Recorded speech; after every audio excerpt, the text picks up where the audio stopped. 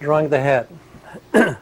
Well, as all the other times that we've talked about drawing, there's one important thing that I always take and try to stress, that you have to have, first of all, a clear-cut approach to taking in whatever it is you're doing. Secondly, you have to have the knowledge. And third, you have to have the spirit and the need and the desire to take and carry this thing to a completion. Now, what I want to start with today is basically the knowledge part of it. The head is one of those things that we tend to approach very, very, very subjectively. Most people, when you start out drawing, the first time they start drawing a head, the first thing they do is they start out with drawing, they may draw a circle or something like that, then they start out drawing the eyes, then the nose and the mouth, and it's sort of a subjective approach to drawing the head. We draw first those elements that we're taken and attracted to, the things that we look at when we see somebody else. And in reality, what we should be doing is taking and drawing as if somebody was walking from a block away and coming towards us, so that we just basically see their shape, the very simple contour outside large, simple masses. And as they get closer and closer, we see more and more detail. And this is really the basic way you should take an approach drawing a figure. But first, let's take and deal with a little bit of the structure. Now, first, the skull, probably more than any other part of the body, the bony part, the head, takes and really influences how the head itself looks.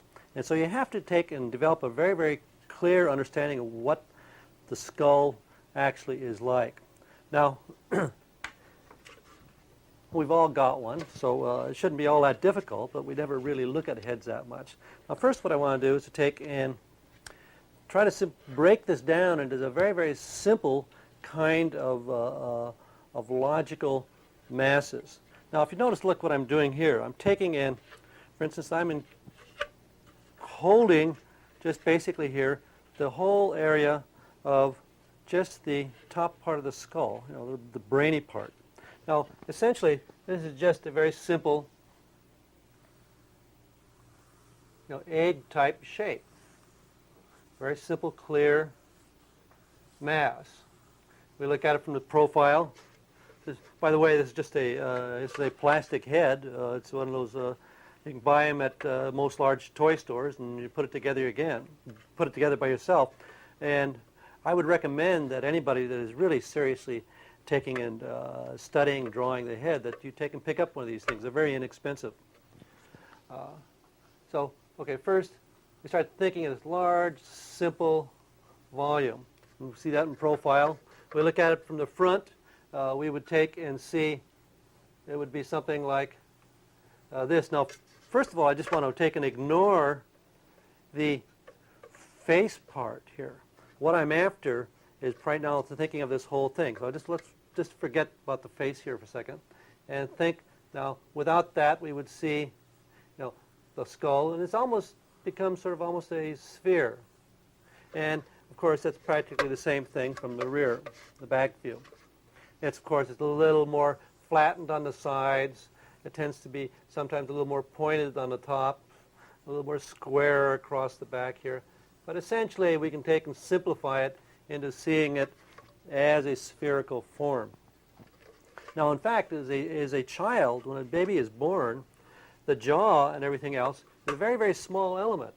We find, for instance, first of all, if you're taking a look at this shape, and we see the skull here, we see that all of this stuff is hanging off this. We feel this stuff taking and basically just hanging off of this skull here. Okay, the first part that we deal with here is the eye sockets themselves, the way they take and they start to pull out. We feel this ridge across the top here. We feel this coming out and start sticking out a bit. And you notice that the angle here, and this is important, this is an area where people have a lot of difficulty, is that they don't make the eye sockets going back in at a strong enough angle. Now you find if you start out with thinking of the skull this way, as this being this egg shape, and we start feeling that eye socket coming on, and you notice that that line of the socket here works very well with that basic simple shape that we've got going already. Okay. Now, from here, we feel the rest of the cheekbone, or this zygomatic arch and stuff that comes out here. We feel this form pulling out this way. Now, like I started to say, is when a child is born, you find that this is all here. It's a little bit smaller. It's not protruding quite so much. But for instance, the jaw and all of this is just practically a line that comes straight out here this way. Very, very small. This would be even a little bit smaller. We find this is just a little bit up here.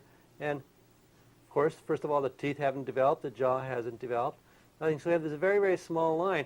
And so the dominant thing is this sphere. Now, as we get older, this stuff continually takes and develops and grows.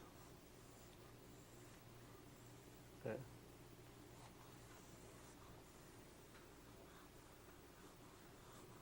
We try to feel this. Okay, I'm squaring this off a little bit here. Okay, notice the forehead tends to be a little straighter. Now, starting out, drawing the eyesight, feeling this line coming down. Now, what you have to be careful of, now, I'm sure everybody who's taking and studying how to draw the head is, taking a look at the anatomy books and what have you. And the main problem is that when you look at books for your primary reference, is that they usually see a front view and a profile view. And we lose the sense of depth, the sense of volume that's actually involved in drawing that we need to take and deal with. So, okay, here I'm doing precisely that same thing. I'm taking and dealing with a profile shot. Now what I want to do is I want to take and do a little bit of a three-quarter view here to start showing a little bit, I'm thinking of the center here, of how these things actually start coming out. Because it's very important to have an understanding of this 3D and how one form overlaps and fits in front of another. So we're starting here with this I'm spending a lot of time here talking about this eyebrow here, the brow line. Okay, so when you look at this, now we want to feel this line. We want to feel this form actually coming out and going back in. And what we have, if we ignore the nose for a second, if we take across this whole eye plane here, what we have is as I said, a plane. We have this whole section sitting back into the head. We feel this large mass or this large cut going back into the skull. Now, first thing I've done here is I've drawn this as a simple straight line going across. And of course, the skull is not, this line across here is not a straight line. What we have is we have in the center, start with, and let me take and let's draw it here in front view a little bit so we can draw this a little bit larger up here. Here the brow line, the eyes, center of the eyes. In fact, now we'll mention these as we're going along here, that the center of the head is basically the line, center of the eyes. Okay. Now, this brow line is normally thought of as a straight line. Well, of course, it's not a straight line. What we have in the middle is a shape, these forms here, the bones, that take and look, now exaggerating a little bit now, is this type of a shape, okay? And so when we look at it in a three-quarter view here, we find we have this form right through here. Now this is more exaggerated on a male than it is in a female. And that goes, for just about everything. The male tends to be a little bit more sharp, a little more rugged, a little more exaggerated. The female tends to be a little softer, a little smoother, a little cleaner. Okay, so we find now that this shape fits over and the eye socket is fitting into this bone here. Okay, and this thing pulls right into the eye. Now here we find that the actual corner of the eye socket, again, is not up here on this straight line like this. It tends to be slightly down to the side here. As I'm doing here, notice I've drawn it really down a little bit here. Again, I'm exaggerating a bit. We feel the corner down here. And what this does with the eye's socket itself, it gives it a sort of a tilted shape, something like this. Okay? But here the emphasis I want to make on this is the eye socket fits into this. It fits into here. Now, as we keep working down, we find now that this is curving out, and we feel the corner of the cheekbone itself. And in fact, which I'll talk about a little later some more, is that as we're drawing the head, we try to pick out these points. Now this becomes sort of landmarks. In fact, a lot of learning to draw is learning to take and find what it is that you're supposed to be looking for, what you're supposed to be thinking about. So that as I'm coming through here, these are landmarks. This becomes an element that we want to think about. We want to think about this corner. We're coming through here, we find this corner. We always deal with the symmetry of the head. Try to feel the corner of the zygomatic arch here. We come across, we find the corner on the other side. So we try to feel this form pulling out. And we feel this taking and going through here. Okay. So you can see now what this does, along with the nose, which takes and comes out of here, we have a protective cage. This bone is a thing that takes and works around the eye. In fact, if you take and put a pencil up to your eye, something like this, you notice that you can't hit your eyeball. That you have the cheek here and you have the top. It's meant to be something that's sticking out and protecting you. Okay, now, before we go too far here, now we have to start thinking about how to think about this whole rest of this face in here. As we're taking and we're trying to feel this thing. Now, what you try to visualize this, we've got this round sphere here, and if you can look at this, like we look at the underside of this mouth here, if we could have the jaw off here, you would see that this whole section here takes and is like a cone.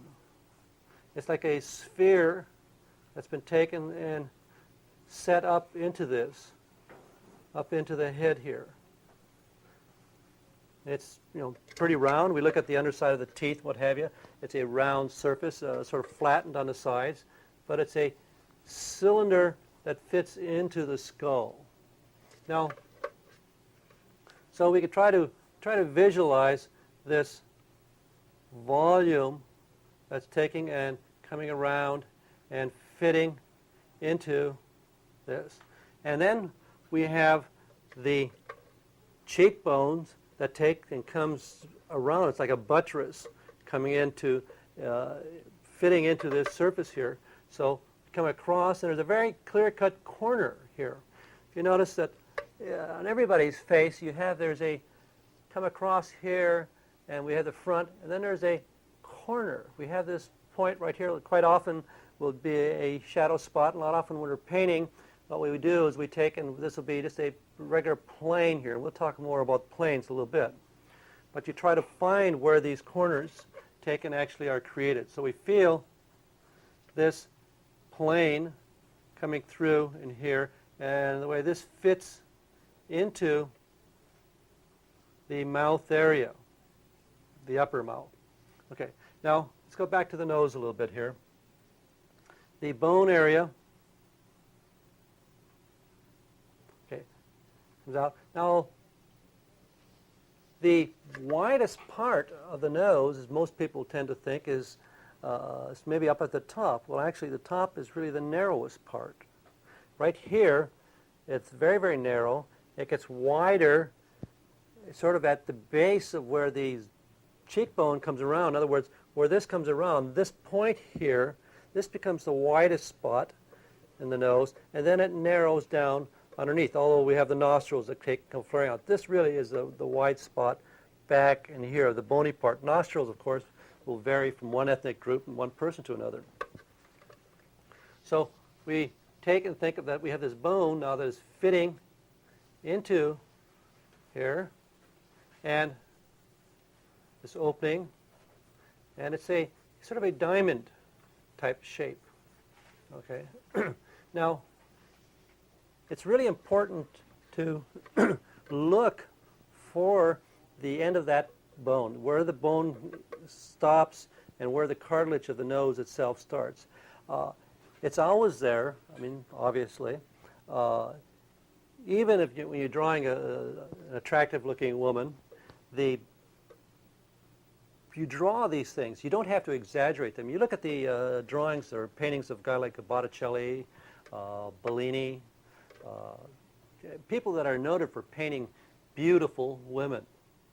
You'll find that these guys, they never lied. Well, maybe a little bit. But basically, they drew what was there. They would take and draw a bone. They would take and draw the structure. They would draw everything that was there. What they did, though, was to not make it any more important than it really is. So that when you're drawing something like this, you come in and you don't have to take it and hack it out with an axe. You can just very subtly feel the slight line. And the thing that really makes the painting or the drawing beautiful is not so much whether the model is beautiful, it's whether the drawing itself is beautiful. It's the quality of the line that you put in, it's the way you handle your tones, and that's the thing that will really make the beauty in the drawing, or painting, whichever it may be. Okay, so all I'm trying to say is here, you try to be truthful when you're doing this thing. Now you try to feel this. Now the eye socket takes and pulls, or I should say the nose, the bone part here of the nose, takes and pulls right into the eye socket. So we feel this taking and really coming in. Okay, coming down. And in the center here, we end up with a point. In other words, where at this point where we come into the base of the nose, where the septum comes up, we have this pointed part go through here. Okay.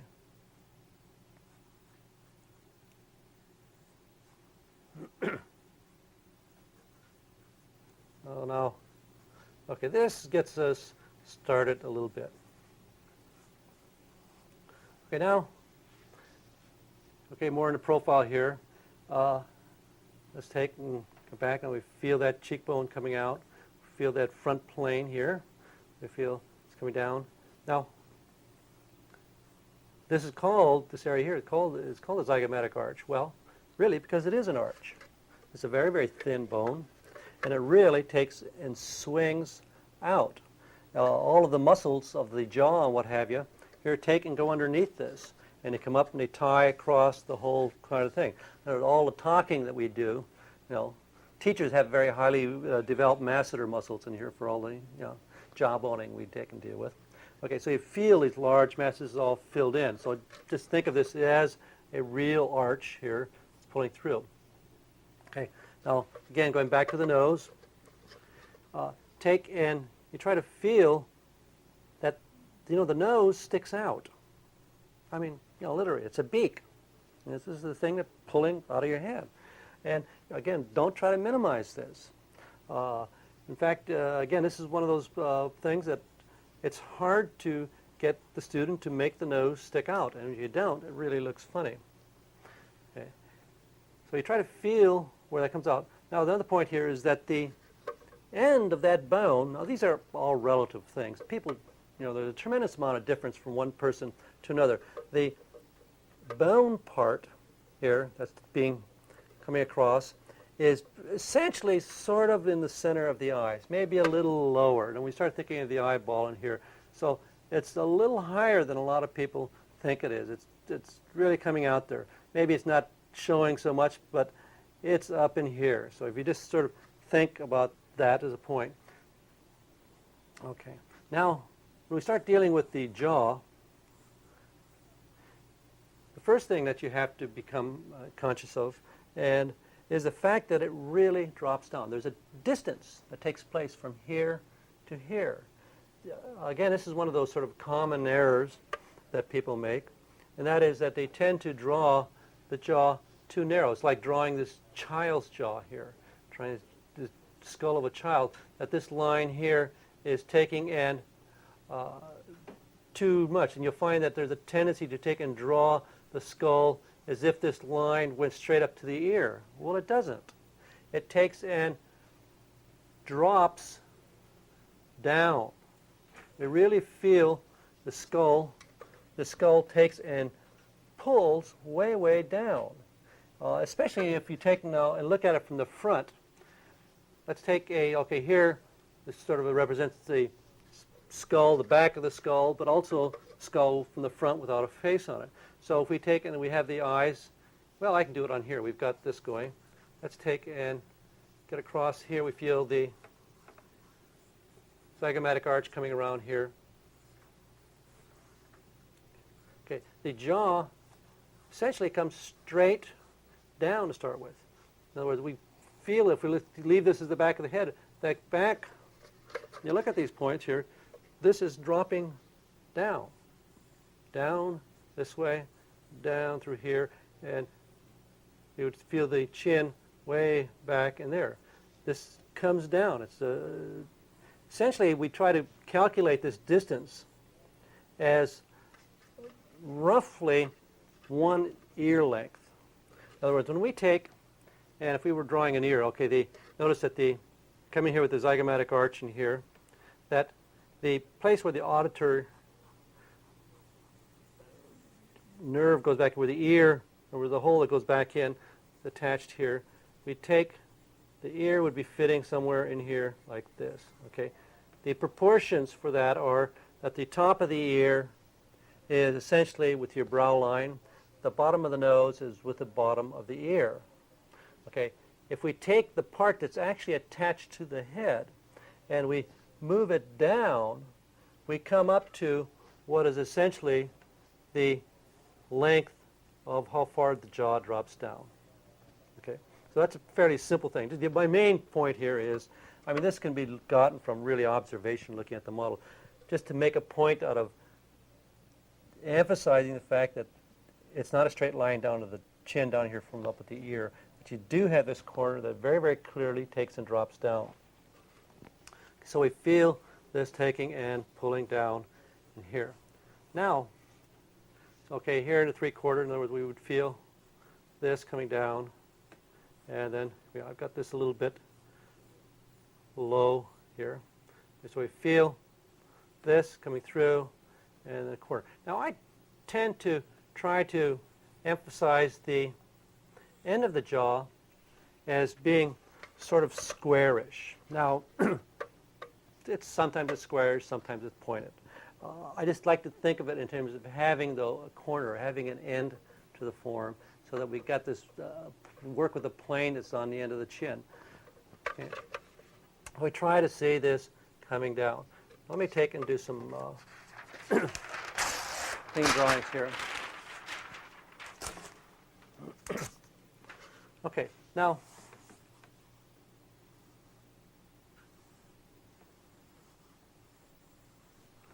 basically what I'm going to do here, might as well, we can kill two birds with one stone.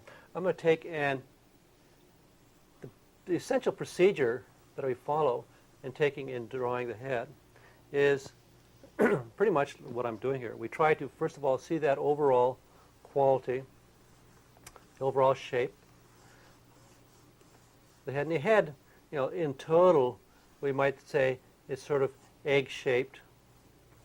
Well, sort of. We have to always compensate and give a little more room for the back of the skull. Okay. And in fact, around the turn of the century, you used to take and be able to buy canvases that would already be marked off with the head. You could buy a portrait canvas. You could buy a full-length portrait canvas, 3/4 length, head length, size, and they would already be marked off with the essential proportions of where all these elements would take and go. Okay. Well, what we're doing is sort of the same thing. You try to take and block in. You try to see where things are at. You think of where the center of the head is. Try to find center of the eyes. Find the brow line. Think of where the nose is. Okay. As I'm doing this now, thinking of the skull, but also thinking, basic mechanics, we find that the first proportion here, we might as well talk about these as we go along. Proportion here is that these, I've already mentioned, the center of the head is the line of the eyes. The brow line is moved up half the distance from the brow line to the bottom of the chin is the bottom of the nose. In other words, from here to here is the same as from there to there. So this to this. Okay? And if we take that same unit and move it up, this would be, normally the hairline, if you happen to have one. Obviously, in my case, it doesn't quite work, but okay. Then half of that distance, as you can see what I have here, half that distance is the top of the head. So, essentially we say that we have the face is in thirds. Okay, now, as I'm going through this again, you think, okay, the eye sockets, think of the plane, come in, pick up, cheekbone, down, think of where the chin is at, thinking of drawing the jaw. I'm looking for landmarks here. At the same time, of course, I would be taking and blocking in the neck. It's never a good idea to draw just the head by itself. We always try to take and relate it to the neck and the shoulders if possible. Okay, just blocking in here, thinking, okay, placement where the ear is. Okay, feeling it's coming down, setting in the nose. Okay, now, what I wanted to start talking about here was the kind of shape that we're dealing with now in terms of the mouth. The mouth itself, as I've already stated in the drawing previously here, was that the skull, this mass here, we felt with the eye sockets, and the top part of the mouth was this sort of a cylinder that was taking and fitting in. Nose came out. We felt this round portion here. Well, okay, that's true. But if we take a look at the bottom part of the jaw in conjunction with this, we find that the mouth has a curved quality. It's a protruding, sticking out element. Sort of, you could think of it as a half of a ball or a half of an orange or something. We have this surface here that is this sort of a half round form that is fitting on here. So we feel this roundness here. Now, thinking about it this way takes and does a lot of things. One, first of all, it takes into consideration the fact, the anatomical fact of the way the teeth are curved, the way the lips come out, then the way the lips take and go back on the sides, and when we come down and the chin actually protrudes. So this becomes an important element of seeing how this takes and pulls in here.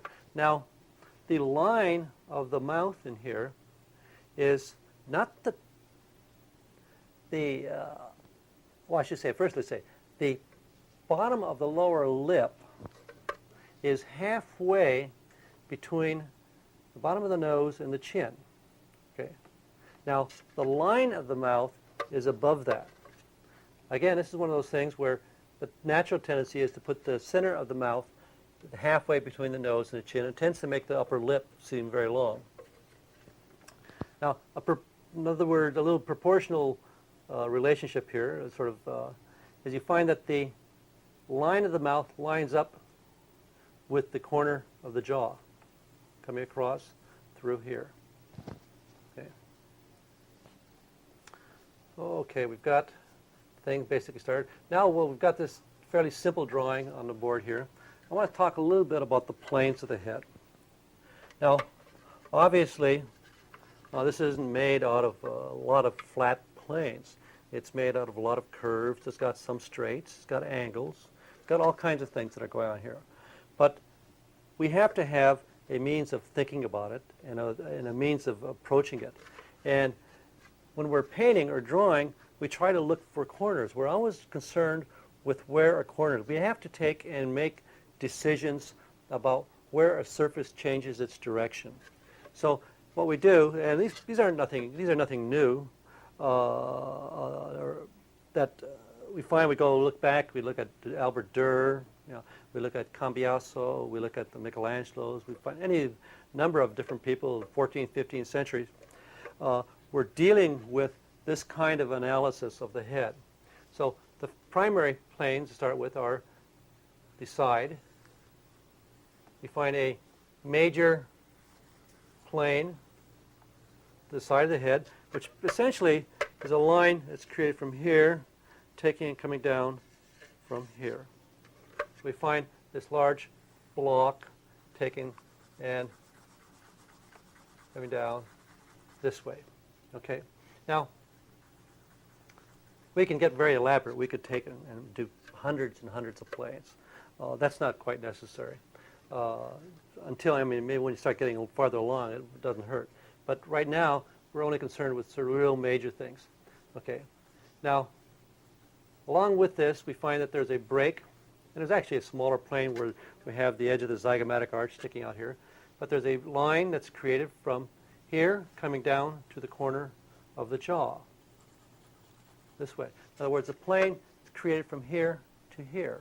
We feel this flat surface. Now remember I said that the jaw drops straight down, and then it takes and comes forward. Okay, this is basically the point where that changes. Now this line is created by a lot of things. You have a lot of glands in here. You've got fat. You've got, and these large muscles that take and pull through. So you have this strong shape that's here. You take and clench your teeth. You look in the mirror. You see, you start feeling this stuff taking place in here. Okay. Then you have a line that's created from here, coming down this way. Again, another sort of basic plane. I've already talked about the essential plane that we have that cuts across for the eye sockets fitting in this way. Okay. The nose is essentially thought of as a triangle that's fitting back into the nose. Now that actually gets broken down into a lot of different planes. Okay, we try to feel it. Then we have the small ones that are working along there. We have a plane coming across here. Now I'm starting to break it down into a lot of smaller pieces. These aren't all that important. Well, they're important, but we don't want to get too wrapped up in here. The plane that cuts across here, we start to feel smaller planes through here, here. Okay, but the idea here, and what I would suggest you do, is to take yourself, look in the mirror, and start drawing yourself. And we'll talk a little bit more about that too. Now, okay, I want to very quickly go through some of the thinking and drawing of some of the features, particularly the eyes, since that's basically where everybody starts with to begin with. And the standard thing is this sort of almond-shaped eye that everybody begins with. What you have to do is you have to analyze everything in terms of the volume. the mass that it is, and of course the specific shapes of what you're drawing. So first we do take and think of that eye as a sphere, just a round ball. Okay. Now, and it's like a ball that's been put on a stick that's been skewered. Got through this way. Okay. Now we got this eyeball that's out here. Now this is simplifying a lot, but this is you get the idea. So when you're drawing that eye, what we try to do is to feel the way the eyelid actually goes over that surface. You try to sense that the skin is pulling over that and coming around and attaching on the other side, so that we've got the skin, the eyelid is pulling over that eyeball and attaching on the other side, and the same thing with the lower lid. Okay. And it's all fitting inside this cage that is the eye socket, nose coming down here. We feel this type of a shape. Yeah, so there's eyeballs there. So you try to feel the skin going over this surface. So you're taking and drawing, going around and over behind. Feel that pulling over, going behind, and attaching back in here. Okay, the eyelid then takes and follows the shape of the eyeball here. The lower lid does the same thing. Comes down from here and pulls around, and as it pulling up, going over the surface of that ball, coming down this way. Now, you have to think of mechanics. Now, the eye is a very mechanical thing. It's got basically a shutter that takes and pulls over it, what have you. So if let's look at this eyeball in profile. Try to see this round ball fitting this cage here. Okay. Now, when the eye is closed, the eyelid comes down and over this way. Okay. Now, when the eye is opened, that lid has to go someplace. So what it does is that lid takes and folds back up and over like that. So you have this folding that's taking place in that eyelid. Now, the shape that's actually created on here varies tremendously. Now, my eyes I've got sort of droopy eyelids here. Well, I've got sort of slanty, sneaky little beady eyes there. Okay. But you feel this, that's okay. I can say that. Okay. But you feel this line, the eyelid itself drops down low and it comes across. Okay. Now you find other people, well, let's take a look at Eleanor's here. If you look at her lid, you can see a lot more.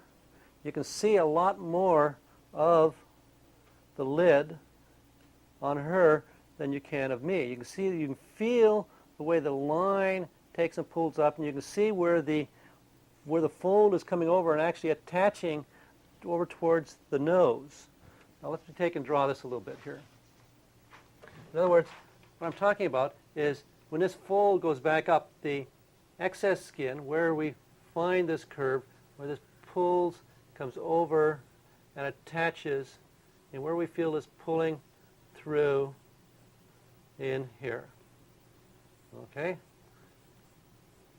And while I'm at it here, there's this little point here, this little spot where the tear duct is in here and where all the muscles that come around. Because the eye muscles are basically round circular muscles that take and go around the eye, and the same thing with the mouth. And actually, the Latin term means exactly that, just round muscles.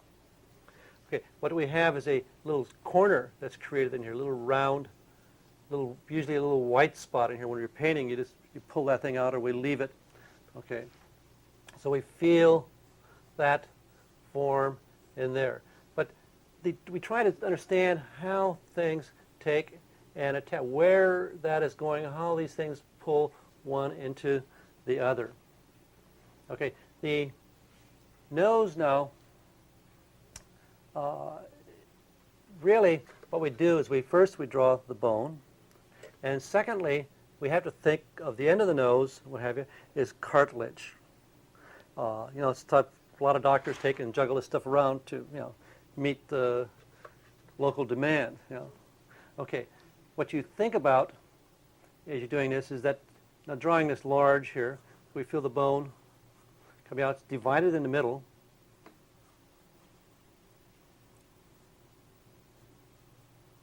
Okay, then you have these plates on the sides, these cartilage, plates of cartilage coming down. I'm drawing this 3/4 view here. So, okay, this side's coming out here. It's going down in here. Okay, the end of the nose, actually you've got the ball of the nose. Now, what you try to look for, now this is an exaggeration. I'll draw this sort of front view. This is an exaggeration because what you want to see, and draw it from front view, it's coming down this way. This is the end of the nose up here, coming down. We see on the end here, we have this cartilage that slips. We have these balls that we have a piece that goes on one side and a piece that goes on the other side, going around like this. And like I said, again, this is an exaggeration. What we could take, and you're going to find people that fit the exaggeration though. You feel this surface like this, looking from a front sort of top here. So in 3/4, we try to see it's this kind of thing going around the end of the nose in here like that. Okay, obviously it varies from person to person. You get round, bulbous noses, you get real thin, sharp noses, you get real pointed noses. It varies, but everybody's got it. Okay, the nostril part of the nose is really just, the simplest way to think about it is like they're half cups. As we take and think of these things as round half cups that are fitting in here. So in other words, when we're taking and drawing, and we feel this basic shape here. Let's get back up here and draw a little bit of this nostril again. Okay, we feel this round shape in here. Okay, now the mouth, and just trying to move along here. If we go starting from the septum here, we find that we start out, as you look at the skull here, that it starts from a very sharp pointed thing that's sticking out. Well, as we move from that sharp division between the sides of the nose, we work into a hollow of the line that's created in here. So from here, say draw this a little larger here, you feel that line that's sticking out goes in and the lips take and come out. So we end up with this V above the upper lip. Up here, we have a V that's created, with the line that's created in here. Now, I always sort of try to find little symbols, little cliches that you can take and think about the mouth itself. And one real simple way of thinking about this, I didn't originate it. I can't even remember now where I picked it up, but it works pretty good. If you think of the shape, look at the upper lip. Anybody's upper lip. Look at Eleanor's upper lip there. We take and you find that the center of the lip is a V that looks like this. Okay? And then what we have is the sides or wings. And a lot of times they were referred to as the wings on the mouth. Okay, so you've got these little wings that are taking and going out this way. Now, I'm not saying that, you should draw it necessarily. I'm trying to give you a way of seeing and recognize it is what you're looking at. Okay, so you try to see this. Okay, you got this wings. Well, we think, oh, wings. We got a bird here. Okay, the bird sits on a nest. Okay, so what you've got then is you have the lower lip becomes this sort of cushion or this nest that you're taking and sitting that bird on. So in reality, this is actually what we have. We've got this division comes through. We feel drawing in 3/4 here. We've got this division. We've got this center of the lip here. We've got these wings that are taking and coming out, going out. And the idea here, of thinking of this round surface, we have to be very conscious of the fact that these are three-dimensional forms. We make one form fit into another, like we feel this, looking at this as a three-quarter view, we feel that center part, we feel the wing fitting into it like we made the brow line fit into the supraciliary bone up here. We're pulling this through. The pads, now it comes out from on the lower lip, is behind. This is fitting into, we feel that shape. This is going behind here. And then we have what we refer to as the pillars of the mouth. You actually have these lines that are coming up here, and they are referred to as the pillars of the mouth. Actually what they are, it's the point where you have a series of muscles that take and pull from up in here, pulling from in here, the round muscles that take and go around your mouth. All this stuff is coming to a connecting point, and besides all the fat and everything else that we got sagging in here. Okay. Now, what I want to do is to take and start a drawing here of the model, and to so you can see a little bit how you start incorporating this thinking into actually doing a drawing. Okay. Let's take and look a little more over there. Great. Okay, that's good. Now, remember, I started out with saying that you should take and approach drawing a model as if you were looking at somebody from a great distance. Okay. Also, what I would suggest is that I'm not following my own rule here. I'm drawing larger than life size, but I suggest that you don't draw larger than life size. A lot of people like to it and what have you. I feel that it just tends to create too many problems. But, okay. Think, trying to feel structure, feel the volume, getting a feeling of my proportions, already blocking it in, thinking of the center. And as I'm doing this, I'm very conscious of it. If I'm doing really fast, short poses, I would be taking and making sure of the tilt of the head, making sure that the ellipse of the eyes fit the axis of this, and paying attention to this point. Most mistakes are made in that first minute, so you have to take and go slow and be careful. Okay, thinking, where the center of the head is. And I actually do take and draw these construction lines through, although quite often they're very, very light and they're barely visible. Okay. Now, taking a little more time here, and let's take and thinking of the eye brow line, blocking in length of the nose, thinking where the mouth is, the corner of the jaw, where the ear would be. And now I'm looking at the corner of the forehead coming down and trying to feel the eye socket, taking and stepping in. I'm drawing a little darker than I would normally draw. So I want you to see clearly what I'm doing. Okay, cheekbone. And as I'm doing this, right away I try to come across and hit this. Now I don't want to go too far with this before I start to take and think of those overall shapes. Remember I said that we want to take and draw a model as if we were at a great distance. So we want to look and get a feeling for the overall large masses.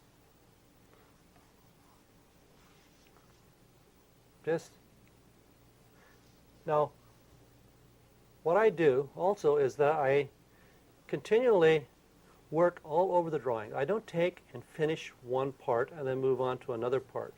I continually keep trying to think of and look at the total. Now, I think it's important to get the shape of the hair and things on, because that is actually what you're looking at. And quite often, you find that you'll be working on something and you keep saying, well, it doesn't look right, it doesn't look like the model, it doesn't look like the model. And quite often, it's just a matter of not having put in all those large major shapes that you are actually looking at. You get preoccupied with looking at just one part. Okay. Now, I take my time and I, thinking of the structure, feeling the bone, feel the skull, feeling the corner of the eye socket coming across.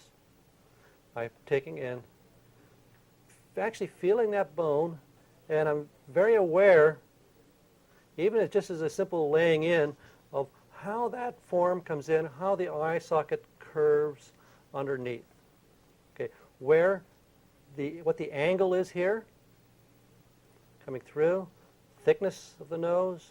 This takes and steps in, very conscious of the depth that I've got going here, the nose going back in. Indicate the brow line here a little bit, although I'm not so concerned with the eyebrow as I am with the eye socket itself. Thinking about where the corner is, going back and sitting in. The eyes, I don't do anything with the eyes to begin with other than placement.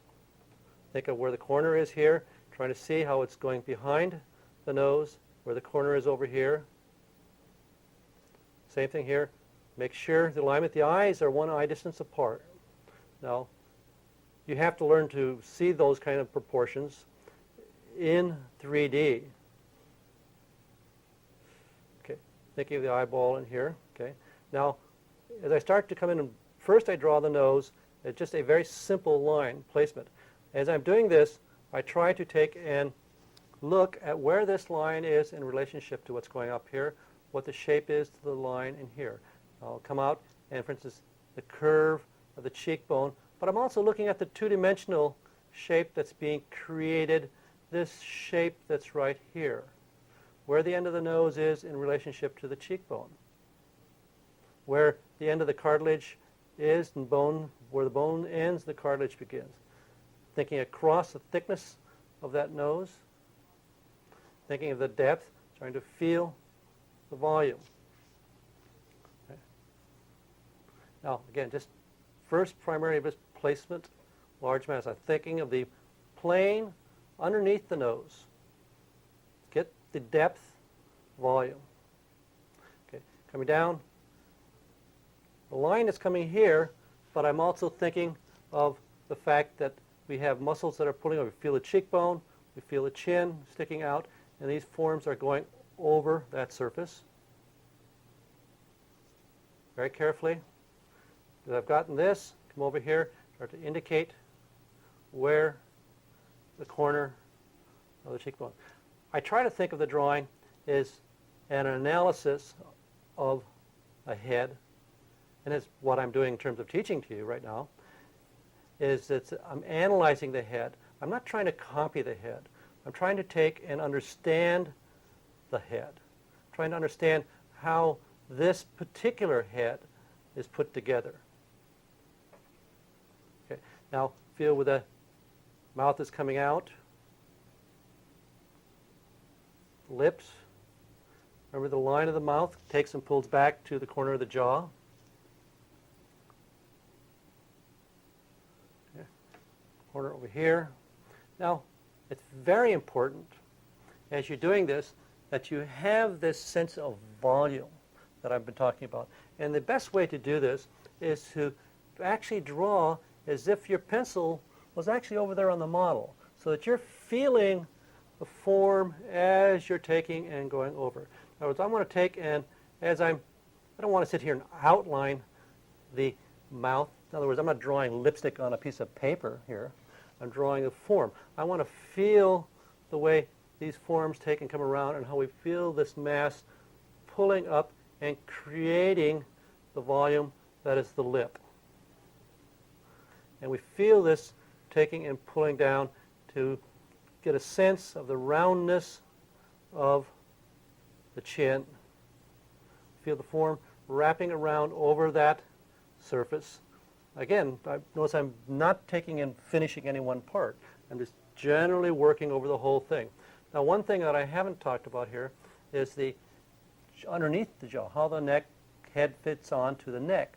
We try to see that there's a distance between the chin and the underside here. We want to feel that plane going back. Now, depending on the age of your model, you have to be careful that you don't exaggerate this line, especially if you're dealing with a female. The line of the jaw really, and the jowls become a real critical area. Okay. What you should do, though, regardless of what kind of model you have, is that you should take and establish the corner. You take and establish the end of the here, end of the chin, come back, establish the back of the jaw, and feel this line. And then you bring the forms over that surface. Okay, now we'll come back and develop a little bit of the eyes. Think of the volume in here, how the form takes and builds over it.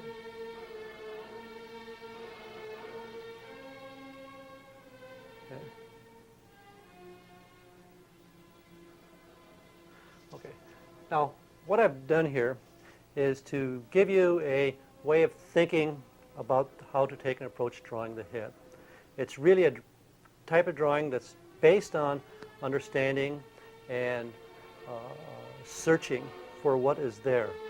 Take a look at a mirror. Take and use your own head. Do self-portraits. I've done lots of them. And it's the cheapest model you can think of.